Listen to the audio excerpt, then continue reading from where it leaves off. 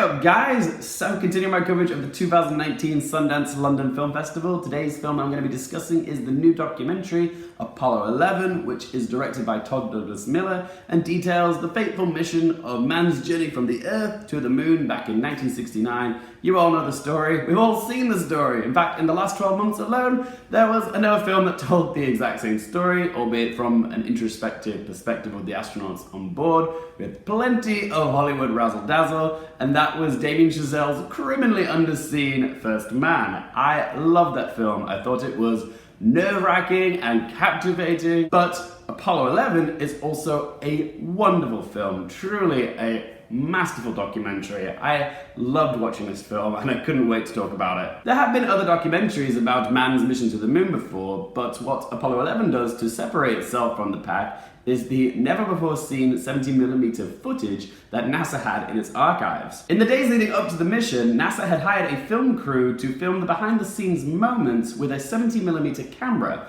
but for reasons unknown, the footage ended up getting buried in the NASA archives, never to really be seen again until now. And when Todd Miller and his crew found this footage, they essentially unearthed, untouched, undamaged, invaluable records of arguably mankind's greatest achievement. So along with this previously unseen 70mm footage, they also managed to magnificently restore other footage that was recorded on 35mm, and it looks fantastic. There are scenes which show the rocket Apollo 11 being transported to the launch pad, and it gives you an idea of the size and the scale, but the footage is so masterfully restored that it looks like something that could have been recorded last week. Director Todd Miller has married the past with the present, and the result is this encapsulating, immersive experience. I didn't see this film in IMAX, but if you guys have the means to see this film in IMAX, then you really should. What else sets this apart from other documentaries is that it doesn't cut to sit-down footage of people who were there,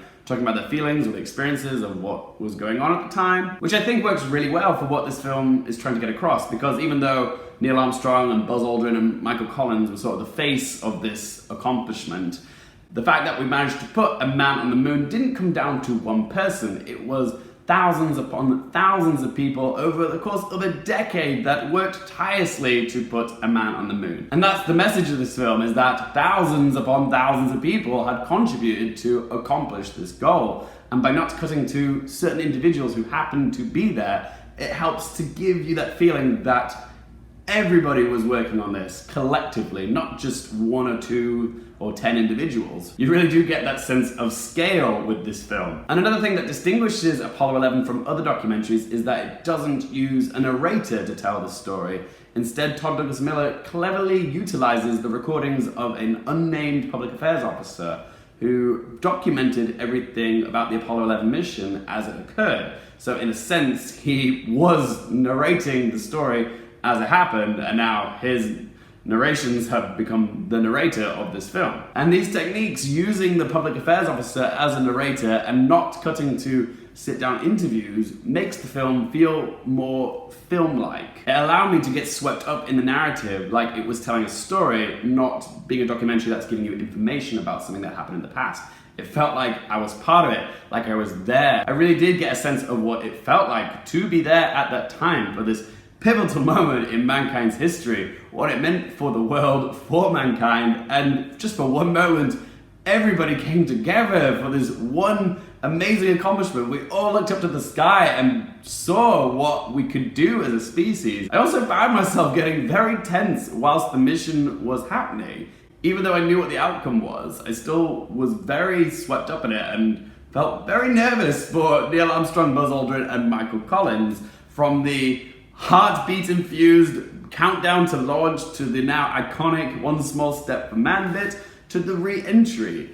I just felt on the edge of my seat, hoping they were going to be okay, even though this is, 50 years ago? Why was I this nervous? Because I was immersed in it. Any film that can make me feel nervous for the outcome of the people involved, even though I already know the outcome, is doing something right. And I have to praise Matt Morton's excellent pulsating electronic score. I believe he only used instruments that were around in 1969 to give it that old relic-y vibe. He employs a lot of synthesizers and it's got that crackly, crunchy texture like it would in the 60s. It was exceptionally well implemented. Time to ask those 3 questions. Firstly, would I watch this again? Yep, I would love to watch this again. Question number 2, do I recommend it for you guys? It's another yes. Go see it in IMAX if you can. The bigger the screen, the better. It's a really wonderful, immersive film. Great for space nerds, great for people who love documentaries. Go catch it if you can, guys. And question number 3, what score do I give it out of 10? It was such a magnificent film, so I'm going to give Apollo 11 a score of 10 out of 10. I nearly said 11 out of 10 just because of the Apollo 11 title, but it gets a 10 out of 10. There you go, guys. That is my review of Apollo 11. If you guys have seen this film, be sure to let me know what you thought of it in the comment section down below. If you guys like this video and you like my channel, please don't forget to hit the thumbs up button and of course hit subscribe if you haven't already. And if you want to follow me on Twitter or Instagram, any social media, you can find all that information in that video description down below. Thank you guys so much for watching. For more things related to movies, TV, and popcorn culture, I'm Luke Airfield, and I'll see you next time.